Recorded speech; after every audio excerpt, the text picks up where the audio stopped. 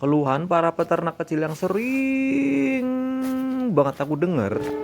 Nah tuh persis banget kayak trompet kereta tadi tuh. Sobat ngaritku kalau ngeluh tuh kayak gini. Aku kan belinya mahal, tapi nanti kalau mau dijual ditawarnya tuh murah. Ternyata setelah aku teliti, aku melakukan riset kecil-kecilan lah, Bolo. Jadi ternyata itu bukan 100% karena pakul atau tengkulaknya yang jahat, Bolo. Ya emang yang namanya penyebab atau faktornya mah banyak banget. Tapi yang paling sering aku lihat dan aku temui, peternak males mandiin domba, males motong kuku, males motong bulu. Bulu domba loh ya, bukan bulu jembut. Domba mah nggak ada jembutnya kali. Ya ini mah kali aja ada yang nggak percaya. Orang badannya bulu semua, kita kan bisa bedain mana jembut mana bulu. Di video-video yang dulu aku kritik itu para tengkulak, tapi yang di video ini para pelaku peternak juga perlu dikasih masukan. Bukan karena aku sok pinter, aku tuh nggak sekolah bolo. Tapi ini yang aku praktekin. Contohnya tuh si Kipli itu yang lagi aku mandiin. Dulu aku punya domba yang model kayak begitu, cuman ditawar 18 perak bolo, 1.800.000. Tapi sekarang Kipli setelah aku rawat, itu ada yang berani bayar 3 juta. Itu si Kipli baru umur 5 bulan loh. Dan domba-domba aku tuh bukan domba super. Kan aku kan bukan keturunan Raja Fir'aun, jadi ya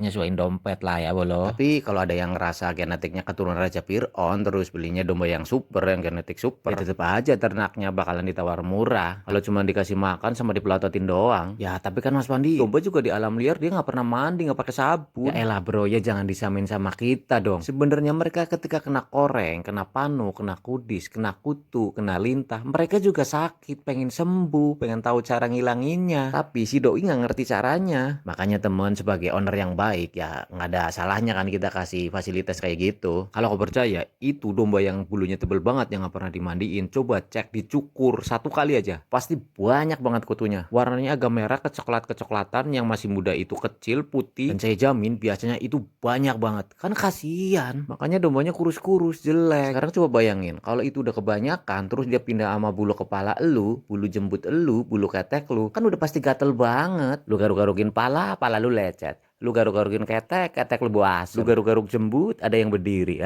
Udah kasus itu kalau yang jomblo. Lanjut mainan Tante Shinzui. Oh iya, aku kan juga jomblo. Tapi aku mau udah tobat, temen. Beneran, swear. Udah kagak mainan sabun lagi sekarang. Pakai minyak rem. Biar jos. Aduh, ini channel apaan sih? Ngomongnya kesana kesini nggak jelas. Kadang ngomongin tutorial, kadang ngomongin strategi, kadang ngomongin mantan, kadang ngomongin presiden, politik, bisnis, lebih ngepet lah, tuyul lah, random banget nggak jelas. Akan tetapi dengan sobat ngarit yang budiman semuanya nonton sampai setengah video aku ini, nggak bisa dipungkirin kalau ada fakta, ada sedikit ilmu atau informasi yang teman-teman bisa ambil. Bahasa kerennya itu ada insight gitu. Ya, alhamdulillah berarti tujuan aku ngonten bikin video itu berarti berhasil. Waduh, kedengarannya kayak sok mulia banget ya, sok ikhlas gitu. Ya kagak begitu juga bolo. Ini investasi aku. Aku juga pengen dapet cuan dari YouTube bolo. Cuman emang aku kemas kayak begitu biar sedikit-sedikit ada manfaatnya gitu. Ini namanya sharing bolo, bukan lagi menggurui. Walaupun kadang-kadang juga ya sambil curhat. Ya biar sedikit-sedikit ngobatin rasa jengkel, kesel, sedih, muak juga. Karena aku tuh lagi kesel habis kehilangan emas. Jadi emas gua 12 gram ada yang nyuri bolo. Mana itu mau buat modal nikah lagi.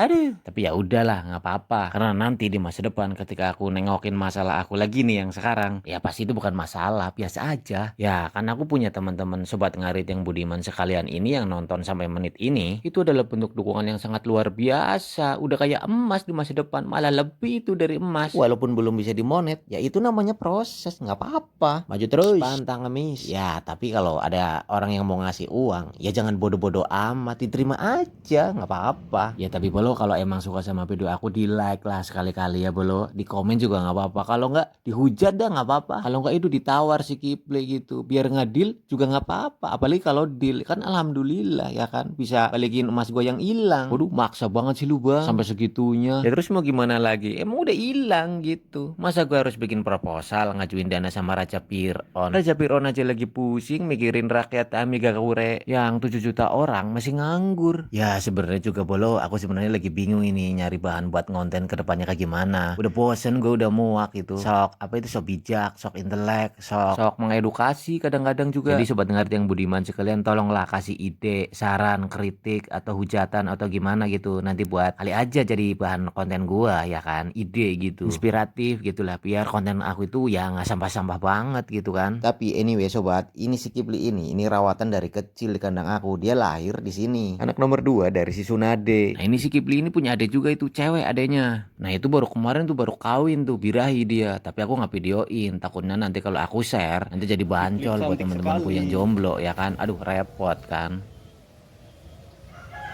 Halo, Kipli.